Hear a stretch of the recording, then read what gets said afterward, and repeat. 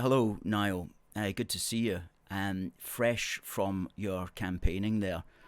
How are you feeling after that event? How do you think it went? Well, to be fair, I'm absolutely buzzing about how it went. I think it couldn't have gone any better, and I just would like to thank everyone that came first and foremost. I'd like to thank personally the Glasgow Cabby for helping the organisation at this event, and I would like to thank the Scottish Family Party for providing all the assistance, all the equipment, and you know, really making it a big thing. So I can't commend everyone else involved. The weather wasn't great. Everything was against us. The coffin broke down, so I had a hearse actually. The coffin broke down. So with the coffin didn't break down, Alistair. What's happened is, um, initially I've got the coffin, and then I've been offered a hearse which I've taken. But it's an old school hearse, so it's I think it's even a classic hearse. So when they were driving it along the M8, it's broken down, and they've had to come and transfer the coffin into another vehicle and bring the coffin to us. But yeah, so it's came to us exactly like it couldn't have arrived any better, Alistair. You know what I mean? All these things happen for a reason, and it's just all come together perfectly. Well, we do actually have a video of the coffin arriving, and we'll just play that just now.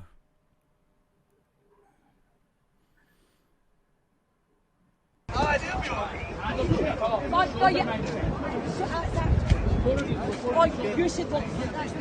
I'm to walk in front of it. Oh, I'm not seeing it. Here. Right, funeral march, boys. You first. Funeral march. Yes. Well done. Well done.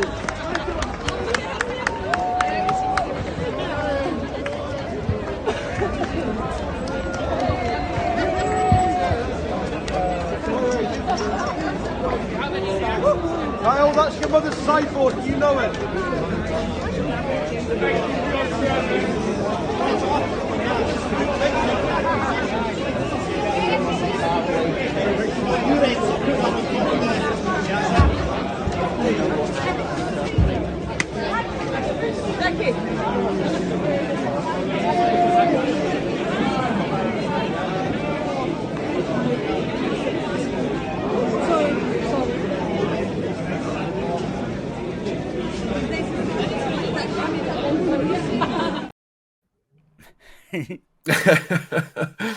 I should actually point out that that was at the very, very end Yeah. of the event, and kind of unexpectedly it eventually turned up. But by that time, 4/5 of the people had left. How did you think? What did you think actually about the attendance at the height of it? It was it's the biggest crowd that I've ever addressed. So I thought that it was a paper quoted 900. Unbelievably, I think it was the Scottish Daily Express in 900. I've seen numbers around 250 and 3. I think the number's probably closer to anywhere between 3 and 5. It'd be hard to count because there would have been a lot of people coming and going, I think, because it was an hour and a half, or maybe just slightly longer than that. And the rain was miserable, and it was cold, so I can imagine the numbers would have fluctuated quite violently, actually. So, but overall, I thought it was an amazing turnout for a bank holiday Monday. We all know people have got busy lives. We all know this costly lockdown crisis we're all going through is affecting people's pockets. Maybe not being able to come, even on the bus or the train. So, but I could feel everyone there in spirit as well.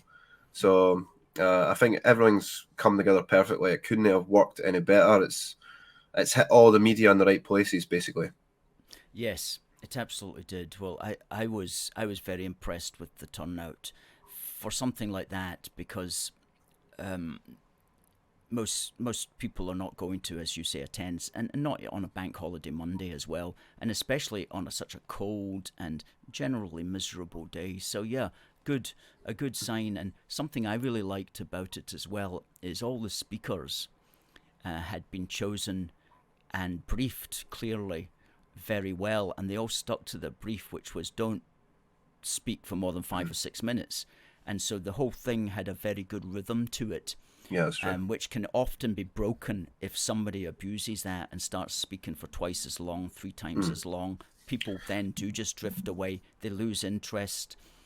But that was a really good rhythm to it. Just each speaker was about, like yourself, 5 or 6 minutes, bang on to something else, and it all kept it very, very tight. The calibre of speaker was excellent. I think the Scottish Family Party provided a lot of good speakers. Craig Houston made a great speech. Craig Houston talks on YouTube. I thought it very important to. I mean, I was scheduled to do 10 minutes or more, but I felt it very important that someone for the Vaccine Injured group spoke because I think a free speech matter will affect them quite greatly. So I felt it very important for someone of the Vaccine Injured to speak. So I relinquished some of my time for a guy, John Watt, to speak, who spoke really passionately, and he made a good impact. So, but I know what you mean about people droning on. It can be quite tedious.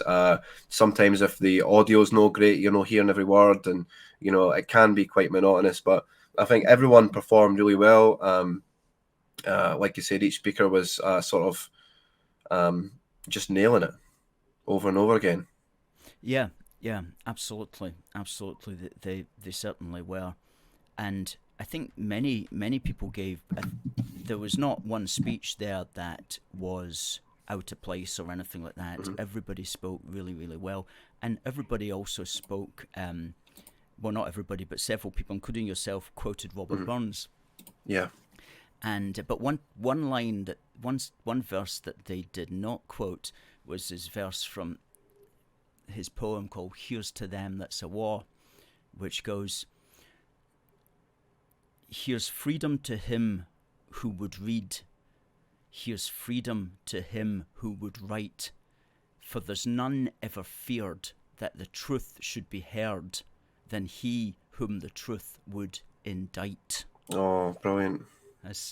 Absolutely brilliant one, that one. See, But all the others were on point as well, but certainly Burns has been on point with many of his views there. Well, I think, again, this strikes... it's not a coincidence that somehow... I mean, no one knew anyone else's speeches, right, Alistair? And yet I've quoted one of the greatest sons of Scotland, and the pastor Arthur O'Malley has quoted Robert Burns as well. And you're thinking... Well, it's because it's more than that. It's because it's an attack on Scottish culture, this. And this is why we're going to the heroes of old in order to express ourselves, This is why I think all our minds are sort of melded on this. I think there's... what's happened is... I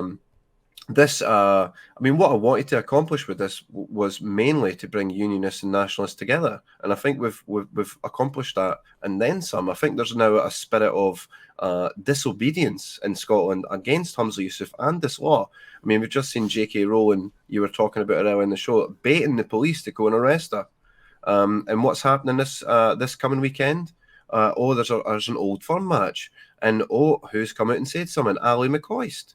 Ali McCoy said he's guaranteed to break the hate crime bill this weekend, and 48,000 other people will. So this is where Humza Yousaf doesn't know the size of the boomerang that he's just thrown. He just does not know, and it's coming. It's going to scalp him right in the face, summon a belter. And I hope it scalps him right out of the first office. That's a good way of putting it. The size of the boomerang that he's thrown. Yeah, absolutely. He's thrown a big one. And this one is definitely coming back. Yeah.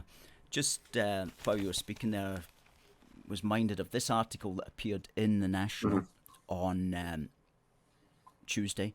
Inside the protests against the act at Holyrood. What does he mean by inside the protest? I guess he must have thought he was an undercover reporter or something like that. Niall Fraser of the Scottish Family Party told the National that the law was, quote, alien to Scottish culture. Yes. That's a good quote. I like that. He added, quote, "It's my right to be able to offend people. At the same time, the onus is on the person to be offended or not. That's a choice. This choice is then going to lead to criminalisation of people." We've got, and you name a Scottish nationalist group here, we've got humanists, we've got no men in female jails. It's such a wide net of groups we've managed to bring together against this. But we're particularly concerned that our party's views on marriage may trigger this hate crime law. Our belief that it's more beneficial for a child to grow up in a household with a male and female parent will be deemed a hate crime, close quote. That's they're giving you a lot of time there. So this is this is a guy. I remember the guys. He's maybe not so bad a guy. Ross Hunter, I think. Well, if you Yes. look at the Yes, Ross that's- Hunter, he that's- interviewed me. He's interviewed me before at the previous one, and I think he was slightly less helpful the last time round. But I think he to be fair to him, he's just asked me some plain questions and he's quoted me. So I'm quite happy with his performance there, even if it is a journalist for the National. And, you know, I felt like saying, well, if you're going to quote me in full. But it looks like he's done that. Yes, he has. He has done that. So, and it's a fair article, actually. It's not having any jibes at people. There is somebody who's reported on the National site who is taking jibes at us, by which is meant everybody that was at that event. But that report is just like straight down the middle, which is always good to see. Absolutely. How do you think there's going to be a next step as far as addressing this is concerned? Well, how do you see it playing out, Niall? I've got a couple ideas knocking about that head of mine. So I'm thinking that if Don't give too much away. it's not going to be too much. I think I suspect the hate crime bill is going to crumble under its own weight. I mean, we've already seen, like, day one, we've got 3,000 plus complaints. And it seems to be weighted against Humza. I think the BBC or the Police Scotland said that Humza has had more hate crime reports received on his speech than J.K. Rowling has. So is this the level of popularity that we're sort of going for? It's like, well, actually, let's see who's had the least amount of hate reports. It's becoming farcical here in Scotland, and the fact that there's no non-crime hate incident reports getting filled out for Humza Yousaf or J.K. Rowling, and yet Murdo Fraser's on the books. So we're entering this two-tier system again, where someone like me is not going to be nearly offered the same protection as someone as the First Minister. Right? That's a real concern. It's a massive concern. Yeah. So if this bill doesn't crumble under its own weight, which I predict it will, I mean, surely the police are going to be handling this day in, day out, constantly. I mean, the report I heard on the radio the day was they're finishing one call and they're immediately on another. Immediately. It's going to be like this for a good 2 or 3 weeks. So if this doesn't crumble on its own weight, I think we might organise a protest for a November 5th. That's the day I think would be a nice day for a protest. Yeah. And it gives us a lot of time to build up for it. Indeed. Well, and it's happening at the same time as well, of course, as Police Scotland are saying that they're not going to properly or fully investigate certain crimes, especially those ones that don't have a witness. It says here they did a pilot and there was 472 crimes. Nearly 5% of those reported were directly filed, meaning they were not allocated to an officer for investigation as they previously would have been.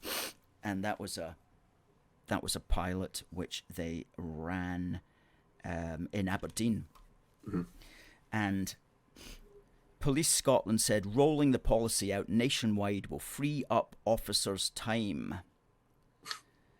Joe Farrell, the Police Scotland Chief Constable, said it would allow time to be spent on solving more serious offences and would help meet, quote-unquote, requirements on us in relation to new legislation.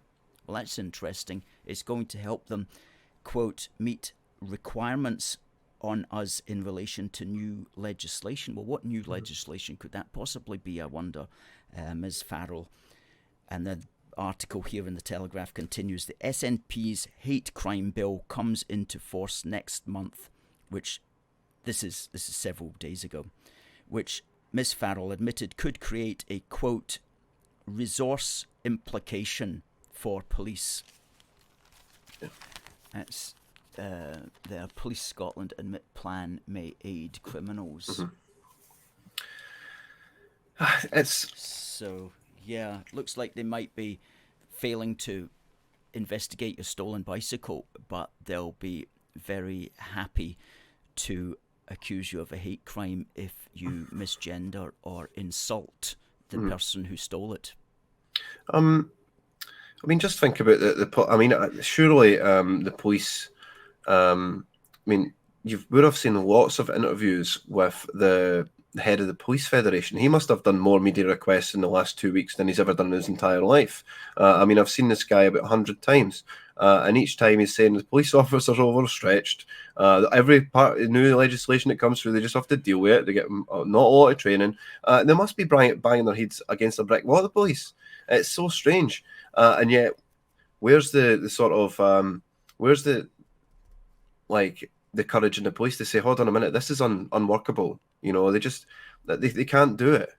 There must come a breaking point, right? And I just feel that point isn't too far in the near future. And when that does happen, it's Humza's already on a sugary peg, as it were. His days in office are numbered. The sand timer is running out, guys. His time in office is coming to an end.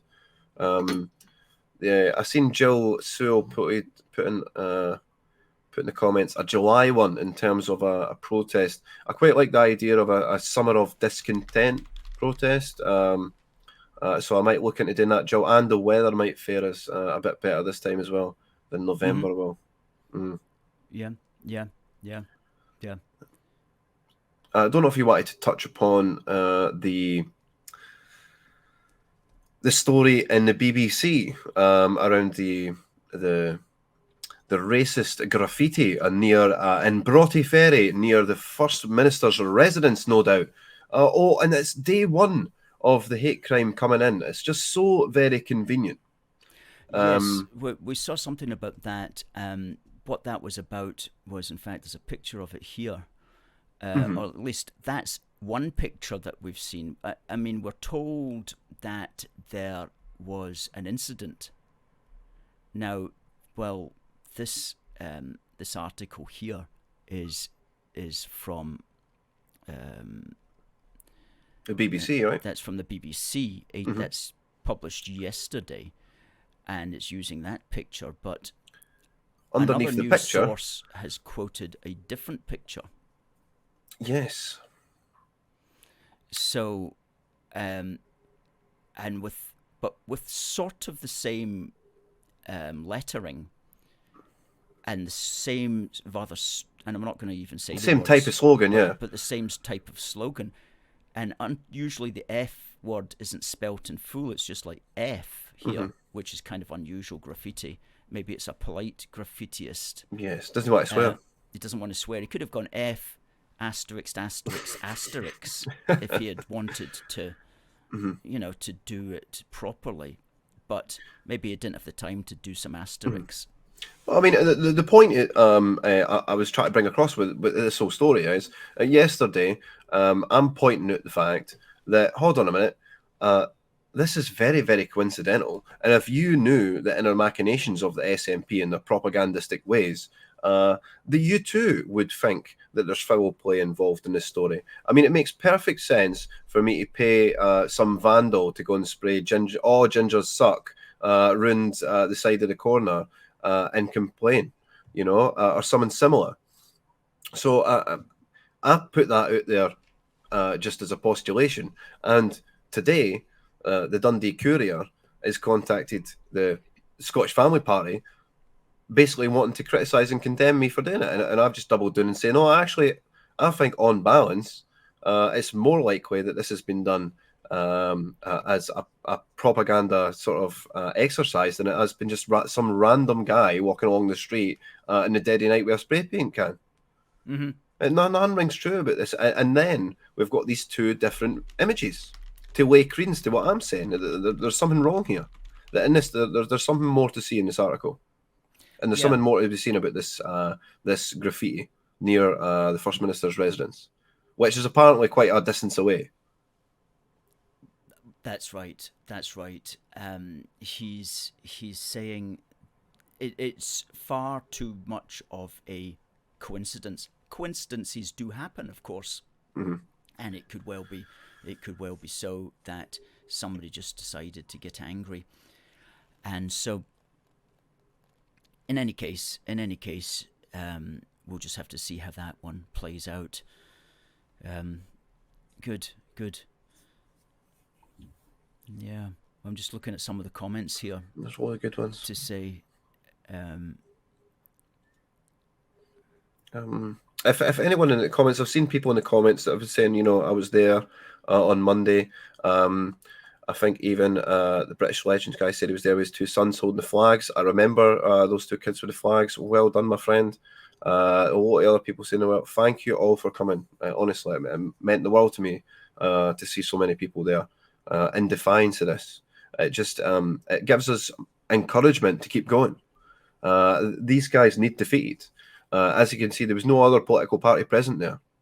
You think maybe anyone with the Tories would have came? You would think so, given that they voted against the bill. That maybe they'd want to stand with the people as well. Exactly. That's a really irritating thing, is the extent to which our politicians are either going along with this or are too scared to say anything, or don't want to associate themselves with groups when it's not some kind of official demo that's organised by the establishment. Well, how about just affiliating yourself with the grassroots for a change? How about not allowing yourself to be led along by the media gatekeepers who say that you, Mr. Politician, should not have been there because there was a group there that said this once upon a time. They said something or met somebody or whatever. So many politicians today are scared and bothered about those sorts of things, when they should really just try to rise above that and be their own man or woman, as the case may be. I mean, a lot of the governments operate through it's like policy by focus group. They're afraid to voice their own opinions, and they want to gauge public opinion first and then make a decision, which is just not the way people should operate. I've seen someone says I should be the leader of the Scottish Family Party. I totally disagree. I think the Scottish Family Party's leader is exactly who it should be. If you knew Richard as well as I do, I think you'd know that he was very suited for the position. He's a lot more suited than I am, anyway. I'm more of a loose cannon, I think. Just wanted to say that. Absolutely. And Bernadette here says that if convictions go on your record and you can't get a job because of that, there's going to be thousands of unemployable people in Scotland. And that's true. And you don't even need to be convicted, Bernadette, because for you to be convicted means that you would have had to have been convicted of a crime, which is to say your words and your intentions would have to go together. Your words and intentions together, that makes the crime. However, if it's just words alone and the police come round and they see that there was no intention, there's no possible way that you can think that there was an intention, you'll still get noted down. That's called a non-crime hate incident. And that's maybe what you were referring to, Bernadette, when you said that. There's going to be thousands of people getting non-crime hate incidences recorded against their name, which, if they then go looking for a job in the public sector or wherever, these are accessible. These reports are accessible to potential employers and to government employers as well, who can look and they'll just see that and be scared away from you, as it were. So that has an influence. That could be an illegal thing, because that's discriminating against your potential job in the future, your potential employment. So that's a serious thing that Bernadette's pointed out there. This is very serious. I mean, the fact that we would not have found out about this if it was not for Murdo Fraser. Yeah. Murdo Fraser was on this non-crime incident, and he's taken Police Scotland to task on this. And just as I managed to shake his hand after the event on Monday. So after the event on Monday, the real rock stars came to town, the comedians. The Comedy Unleashed had a fantastic, and I mean absolutely unbelievable show at, of all places, the Hibs Supporters Club. Oh, aye. Right? Because no venue would take them. So Hibs Supporters Club got absolutely filled for the night. And it was, honestly, it was fantastic. We had the Hate Monster. We had Count Dankula do his set. And Count Dankula, that's the first time he's ever done stand-up comedy in Scotland as a Scottish comedian. Really? Yes, way. Because he's always been, it's this place used to be toxic to comedians. Mm-hmm. And it has been, but now it seems that people have flipped. People have said, you know what, F this. I mean, there's no time like the present. Let's just do it. What happens, what happens. And I thought I was, honestly, Andrew Doyle of Comedy Unleashed pulled it together wonderfully. It was an unbelievable show. You know, Neil Hanvey was there, Murdo Fraser was there, all the four women in Scotland were there. It was a fantastic event. It was so good. These politicians were there? Absolutely, yeah. Oh, wow. Yeah. Did they address the audience at all? No, they were just sitting. They're just having a good time. Right. Yep. Good. You would love to see Count Dankula do stand up. Believe me. It was something to behold. Yes. Well, he's had he got a rough ride. He was the one. I won't go into the full details, but he was the one who taught his puppy to do a naughty salute. His opening gambit, I don't want to give too much of his act away, but actually he come up and apologised to all the women in Scotland for the hate crime act because he's seen himself as responsible for it way back when. So it was like a coming together of all these different people. It was just wonderful. And this is the sort of spirit that we actually wanted to engender, and it happened. So again, I can't be more happy about the situation. Well, that's right, and it's things like that, successful events like that, that make you realise you're on the winning team at the end of the day, and we're winning a battle all the time. You know, even though sometimes power is against us, we're still winning. We're still doing things that are basically wins, such as that demo that we had on Monday, the event in the evening, that massive win for us. And certainly the system will take a while before it comes round to our way of thinking, but eventually it will. That's a message of hope, I think, to end this particular discussion with you, Niall. Folks, if you want to follow Niall, every day he's putting out really, really good information and ideas and thoughts, sometimes quite edgy, always relevant. And he's on twitter.com/Niall Fraser 8. Now that's spelt NIALLFRASER, numeral 8. Niall Fraser 8 on Twitter. Please do give him a follow. Niall, thank you very much for your thoughts tonight. Anything else you want to just fire out there?